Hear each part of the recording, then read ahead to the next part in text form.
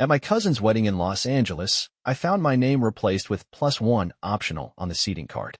She smirked, "Hope you don't mind standing." By the time dessert was served, 3 payments had disappeared, but the real surprise was waiting in their inbox. I should have known something was off the moment I walked into the reception hall and the girl at the check-in table squinted at the list. "Last name?" she asked. "Miller." "Jordan Miller," I said, already reaching for the card. She scanned the sheet, then paused, visibly uncomfortable.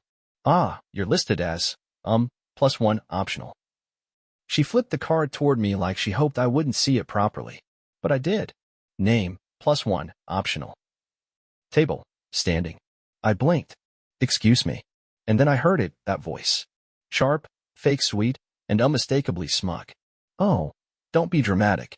Rhea, my cousin, the bride, appeared behind me, all glitter and condescension.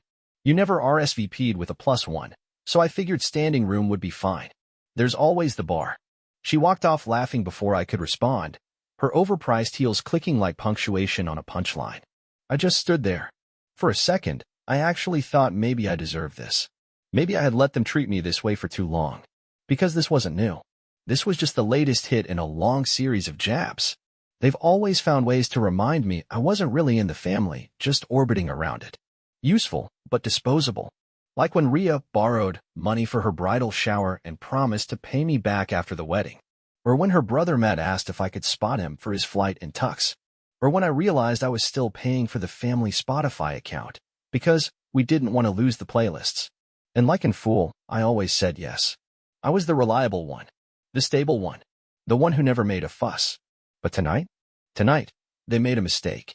They humiliated the wrong person. I took a slow breath, walked over to the bar, and ordered the most expensive scotch they had. Neat. The bartender poured it without comment, but he saw the card in my hand. "Standing?" he asked, lips twitching. "Apparently," I said flatly. I sipped. Then I pulled out my phone and opened my banking app. 3 recurring payments were still active. $850 to Rhea, wedding expenses. $300 to Matt Tux, travel. $75 for the family entertainment bundle. One by one, I tapped, cancel, cancel, cancel. Then I opened my email and attached the receipts they'd forgotten about, the ones that proved the money wasn't spent on what they said it was. One attachment for each. A quiet, digital truth bomb. And as the cake was brought out and Rhea basked in the applause, I hit send. To Rhea, I murmured under my breath, raising my glass toward her from across the room. "May your marriage be more real than your wedding budget." She didn't hear me, but I swear, at that exact moment, 3 phones lit up. And not one of them was mine. "You've always been the quiet one, Jordan. The background cousin. That's why you're easy to forget." Rhea had once said that to me at a family barbecue. She laughed when she said it, like it was a compliment. But it stayed with me. Growing up, I wasn't flashy like her. I didn't host birthday parties with pony rides or get my face plastered across the family newsletter when I graduated college. I didn't beg for money, I made it. Worked my way through school, built my freelance consulting business from the ground up, and never asked anyone for anything. They loved that. Because it meant I was useful. I didn't fully realize it until I looked back and saw the pattern, how every single family event came with some kind of financial favor attached. Rhea's engagement dinner? I covered the wine bill because the caterer forgot it. Matt's bachelor party? They forgot to book a hotel. I booked 4 rooms. Christmas last year? The whole family forgot. I'd already paid for half the Airbnb and asked me to Venmo again. I did. Because at the time, I still believed that being generous would eventually earn me a seat at the table. But no matter how much I gave, I was always the extra. The +1 optional. It wasn't until 6 months before the wedding that I started to wake up. It started small, a phone call from Rhea at 9:37 p.m. on a Tuesday. "Hey, I hate to ask, but I'm short $850 for the florist deposit. I already promised them. You'll get it back after the wedding, obviously." It wasn't a question. It was a transaction she'd already assumed would go through. Like I was her overdraft protection. I transferred the money before I could stop myself. 2 weeks later, Matt texted me. "Yo man, any chance you could help me out with the tux? I lost my wallet in Vegas and my credit's shot. $300 gone. No thank you. No follow-up." Then a month later, I saw a post on Rhea's Instagram. "Final fitting for my Vera Wang gown. Worth every penny." Every penny. That was when the nausea hit.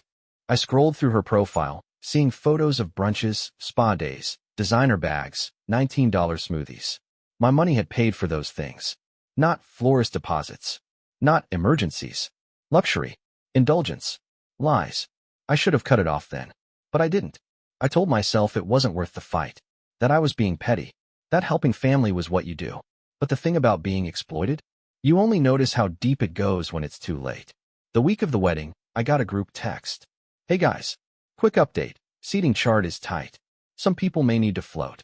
Casual vibes. We're all family. Casual. Float. Right. Except when I arrived at the venue and saw that +1, optional, card. I realized I was the only one without a seat. Even Matt's ex had a seat. And when I looked at Rhea, all done up in white lace and fake humility, and she smirked at me across the reception with that hope you don't mind standing nonsense. That was when something inside me snapped. They didn't forget me. They erased me. Not because they didn't care, but because I was inconvenient.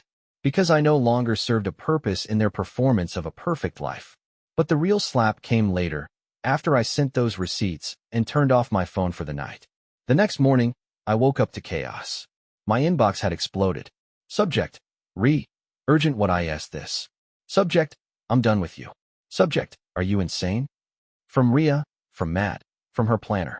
Apparently, the files I'd sent were flagged by the venue's finance team.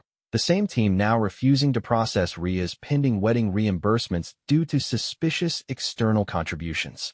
She had filed them under gifted sponsorships. But my receipts showed direct payment, not donation. Translation? Fraud. Suddenly, her tax write-off dream turned into a full-blown audit risk. Matt's borrowed Tux fund? I'd attached the receipt to his gambling app top-up history. A neat little overlap. The Spotify plan? That was petty. I just changed the password to Gfindiorwillet123. But the cherry on top? Grandma. Sweet, sharp-tongued, razor-eyed grandma who never said much but always knew everything. She forwarded me the family email thread Rhea had accidentally CC'd her on. And that thread? Oh, it was gold. Jordan's a beta. I'm not worried. He always caves. He'll probably Venmo more if we guilt trip him. He's the responsible one. If he makes noise at the wedding, just smile and cut his mic. I didn't know what hurt more, being called a beta, or realizing they had rehearsed how to silence me. But that was fine, because now I wasn't going to make noise. I was going to make a crater. You're a selfish, bitter child, Rhea screamed. I smiled calmly, opened the projector, and said, then let's talk about receipts. The family dinner was scheduled for Sunday at 7 p.m. Subject line in the group chat. Emergency family gathering. Jordan needs to explain himself. Oh, I'd explain. Just not the way they were expecting. I arrived right on time. Not early, not late, with a laptop bag over my shoulder and my expression locked in neutral. The house was already full. Rhea, of course, was holding court on the couch like a queen waiting to announce an execution. My parents sat on either side of her.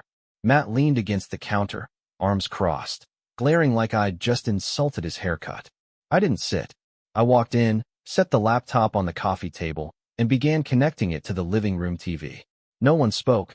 They were too stunned to figure out what I was doing. What is this? Rhea asked, her voice laced with venom. Did you bring slides to your own trial? Something like that, I said.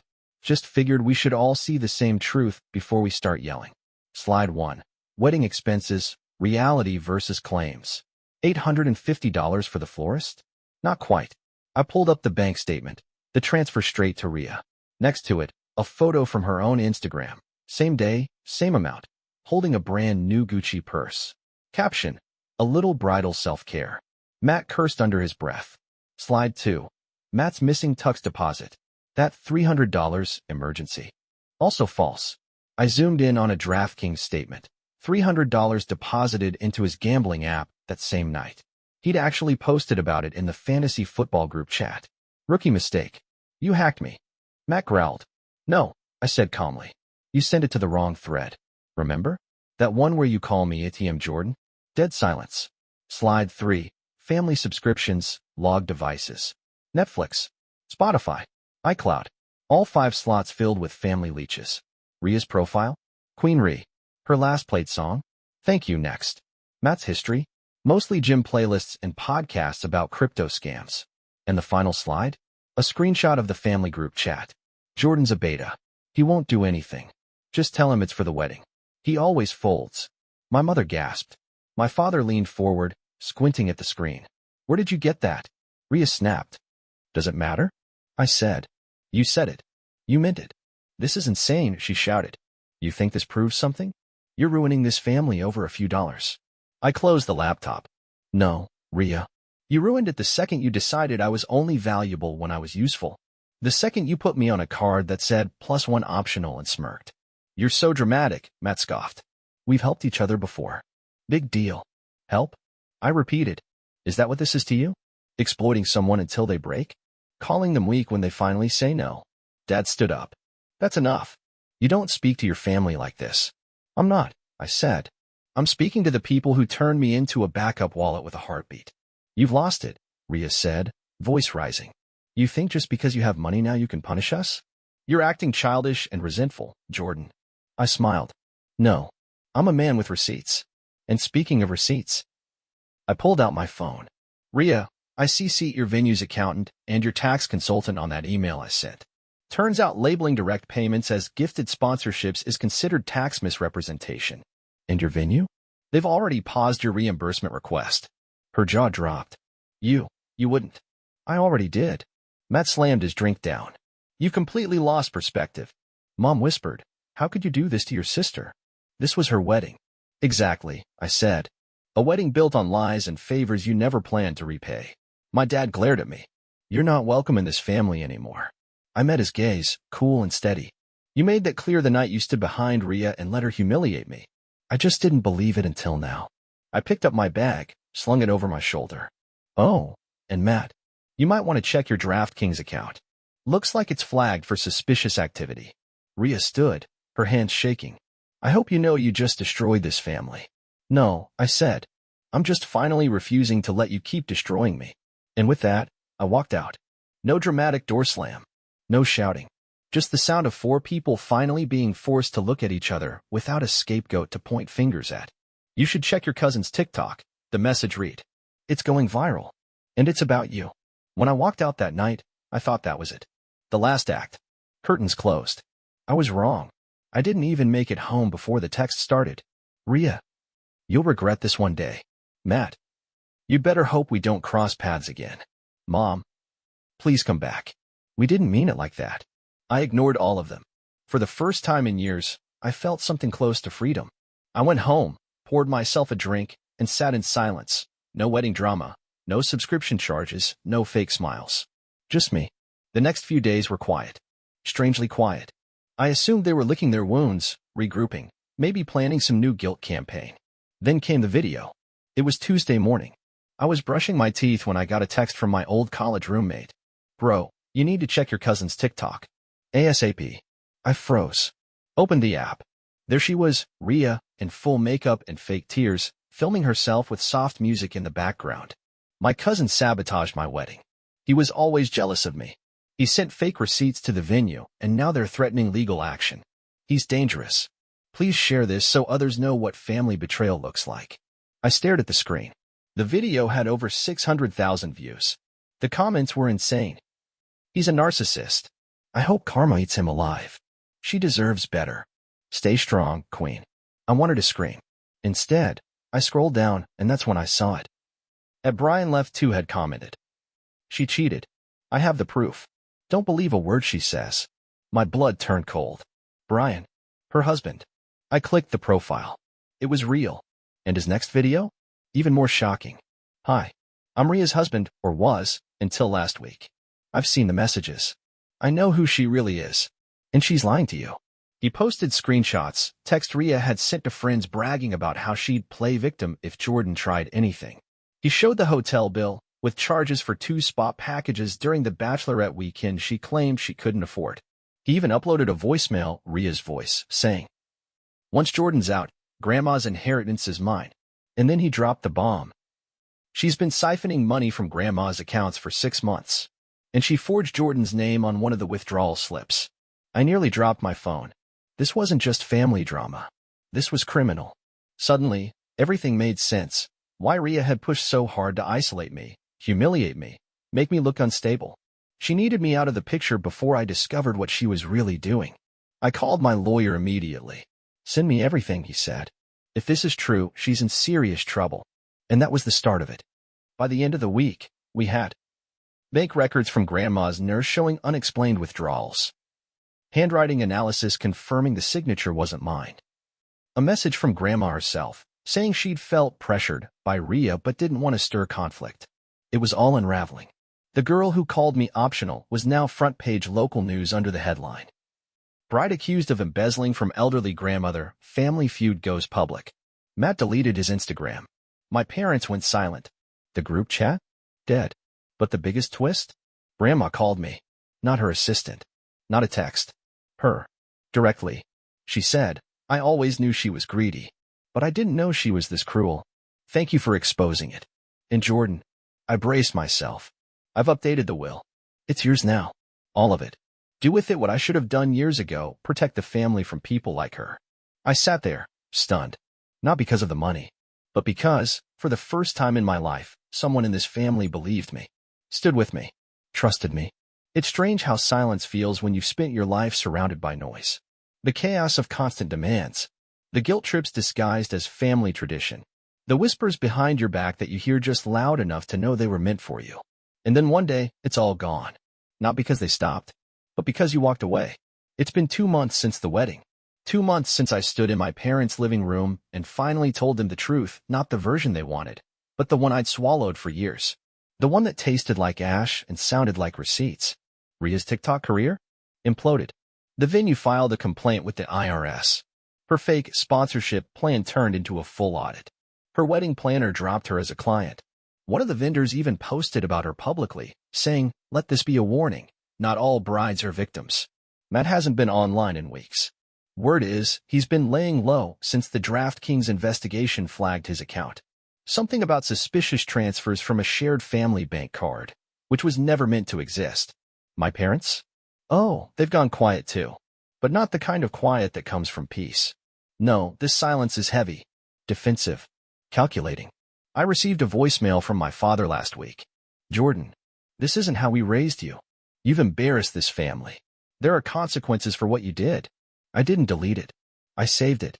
Because it's the last time he'll ever use that voice with me, the one that says, "You owe us something." The one that used to work. Not anymore. I've moved out of the old apartment. I bought a place by the ocean, modest, light-filled, and completely mine. No one else's name on the lease. No family plans. No shared anything.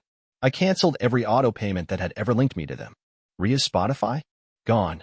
Matt's Netflix? Changed the password to stop using me 123. My dad's Amazon Prime?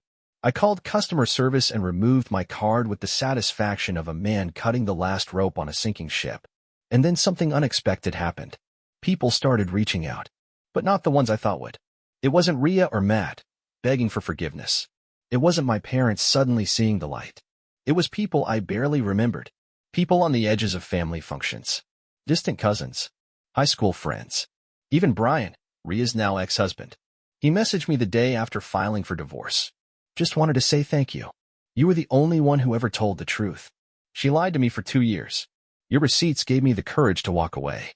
He attached a photo, the signed divorce papers. Underneath it, another message. She's trying to rebuild her image, but nobody's listening anymore. Later that week, I got an unexpected letter in the mail, handwritten, soft cursive I hadn't seen in years. "Grandma, Jordan, I want you to know, I always saw you. They tried to drown you in noise, but you never stopped being the only one who listened when it mattered. I changed the will. It's yours now. Do with it what I couldn't. Use it to build something better. Something real." I stared at the letter for a long time. Not because of the money, though I won't lie, the security it brings is life-changing, but because of the sentence, "I always saw you." It shattered something in me. And it healed something too. Because for years I lived like a ghost in my own family. Quiet, convenient, unimportant. The guy who paid. Who smiled politely. Who was never in the photos, but somehow always holding the camera. And now? I don't hold anything for anyone who wouldn't do the same for me. Last weekend, I went for a walk along the beach near my new place. Just me, a coffee, and the ocean. No buzzing phone. No demands. Just peace. I didn't get revenge. I just finally chose to put myself first. A woman passing by with her dog looked at me, smiled, and said, "You look like someone who just got out of a long battle." I laughed. "Close. Family reunion." She grinned and kept walking. I stood there, the tide pulling in and out, the sun warming my face, and I realized, this is the life I built. Not inherited, not gifted, built. And maybe I'll share it one day, with someone who doesn't see me as optional. But for now, I'm good, because I used to believe that family was sacred, untouchable, that no matter what, you stick by them. Now I know better. Family isn't who shares your blood. Family is who claps when you say, "I'm done." They call me bitter, petty, overdramatic. Let them, because when they reach out again, and they will, they'll hear one thing. This number is no longer in service. And that will be the most generous thing I've ever given them.